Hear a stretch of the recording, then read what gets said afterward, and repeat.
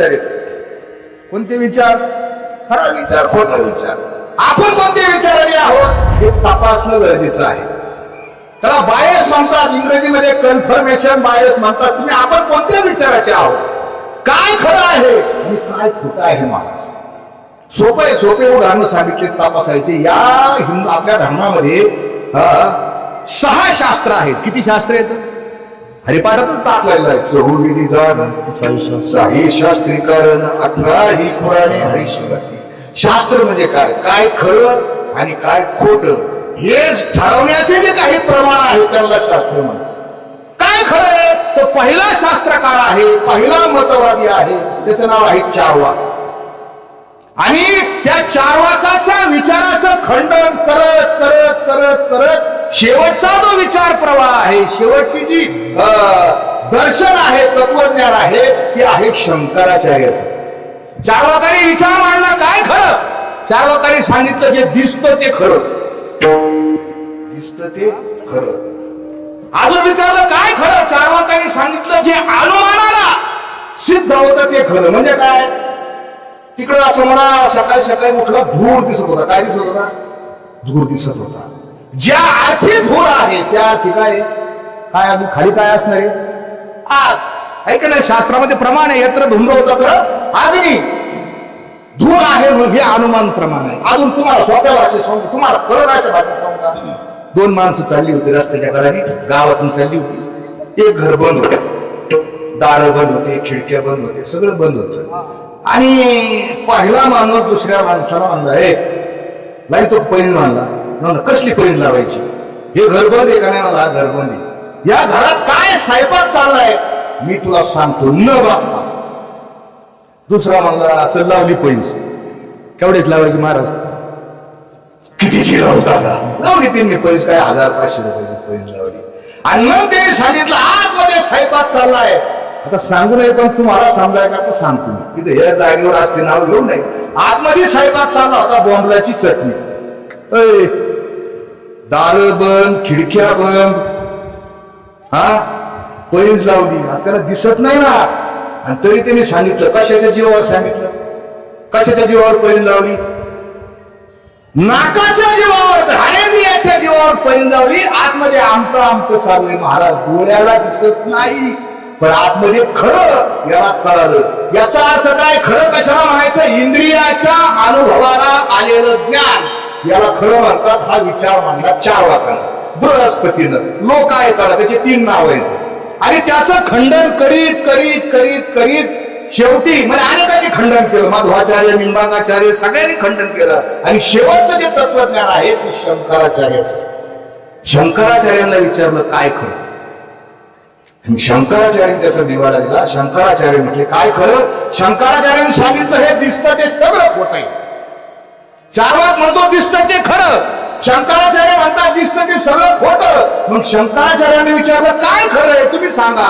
आणि मग शंकराचार्यांनी सांगितलं ब्रह्म सत्य आणि जगत मिथ्या.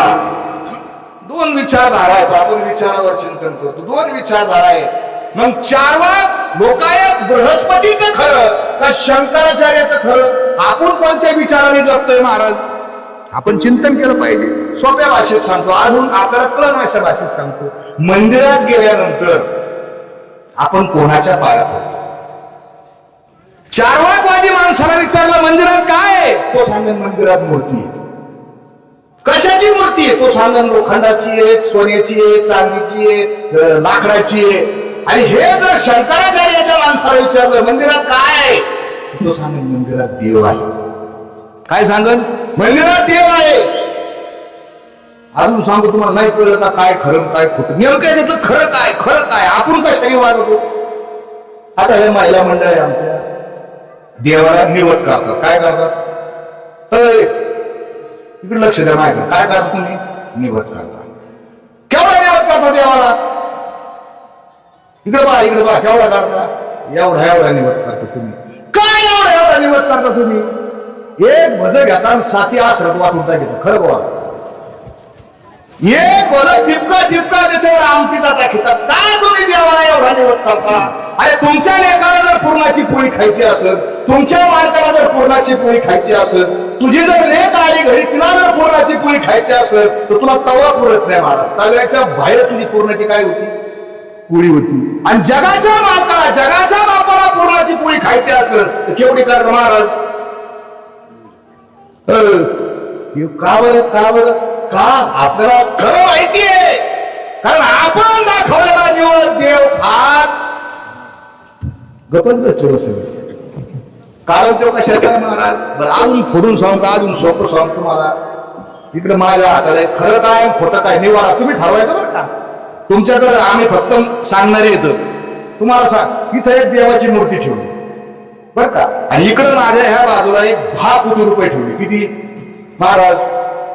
म्हणा तर सही 10 कोटी, तुम्हाला 10 कोटी म्हणताय. म्हणलं तरी बरं वाटतं काय? हसायला आलं का नाही? इकडे 10 कोटी ठेवले, इकडे देवाची मूर्ती ठेवली, आणि तुम्हाला सांगितलं याच्यातलं जे खरं आहे ते एकच उचलायचं. जे खरं आहे ते उचलायचं आणि एकच उचलायचं. काय उचलिता तुम्ही? तुमचं काय? आता मीच पैसे उचलून पडून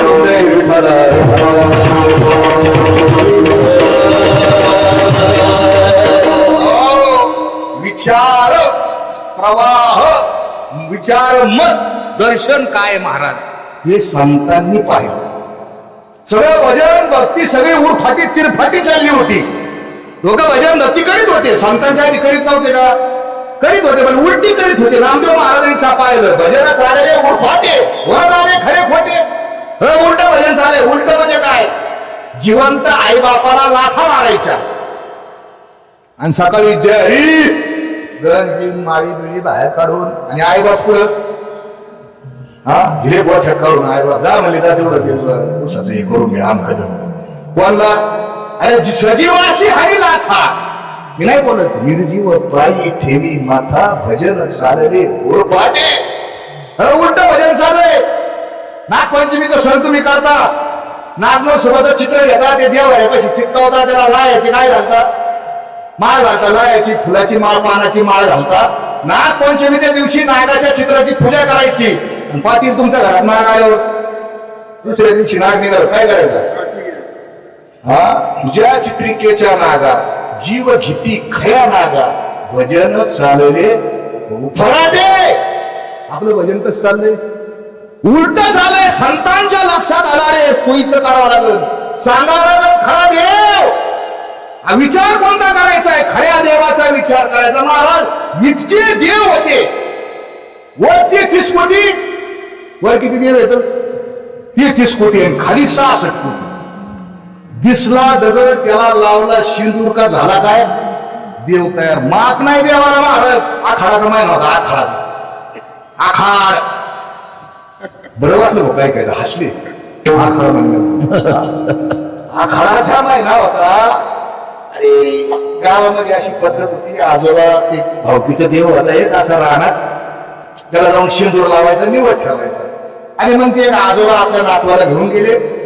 शेंदूर वाटी होती, अशी शेंदूर लावला त्याला. ते देवाला शेंदूर लावला. त्या आजोबाच्या हाताला शेंदूर शिल्लक राहिला. आज जत्रा होती त्या दिवशी, कपडेदार चांगले. त्या आजोबा वाटले कुठं पुसावा, आणि मग हात कुठं पुसावा म्हणून त्या नातवाला म्हणले अरे बाळू म्हणले एक दगड आण. बाळू गेला तिने चांगला गोड गरगरीत 40 ग्रामाचा आणला होता आपण. आजोबाने त्याला काय केला? हात पुसला. त्याला हात पुसला, तो तिथंच ठेवला. बरं देव भावकीचा होता. आणि मग ते आजोबा गेले, दुसरे भाऊबंद आले. आणि मग त्या बाबांनी काय केलं? शेंदूर लावता लावता विचार सुरू केला. क्षमा त्याचा विचार. त्याने विचार केला मागच्या वर्षी आलतो तेव्हा हा एकच देव होता, आता हो बारका कुठून आला? काय सांगावं? विचार सुरू कर का त्याच्या डोक्यात. मधल्या काळात कोरोना होता, लोक 50-50 माणसात लग्न लावित होते. काय सांगावं? देवाने गपचित लग्न केलं असेल, झालं असेल देवाला पोरग. काय करायचं मला? शेंदूर शिल्लक ठेवला. कशाला लावला? त्या बारक्याला लावला. घुटून घाटून त्याचा काय केला तिने? बारका देव केला. त्याच्या हाताला शेंदूर शिल्लक राहिला. त्याच्या बरोबर एक नातू होता, पुढं पुसायचा. त्यांनी एक दगड आणला, त्या दुसऱ्या दगडाला हात पुसला. तिसरा भाऊबंद आला, त्यांनी ह्योच विचार केला. भागा दगडा 11 भाऊबंद येऊन गेले. किती देव झाले? मोठा देव आणि त्याच्या खाली 11 देव. कुणी देव केले? हे आपण देव तयार केले. आपण देव तयार केले. संतांच्या लक्षात आले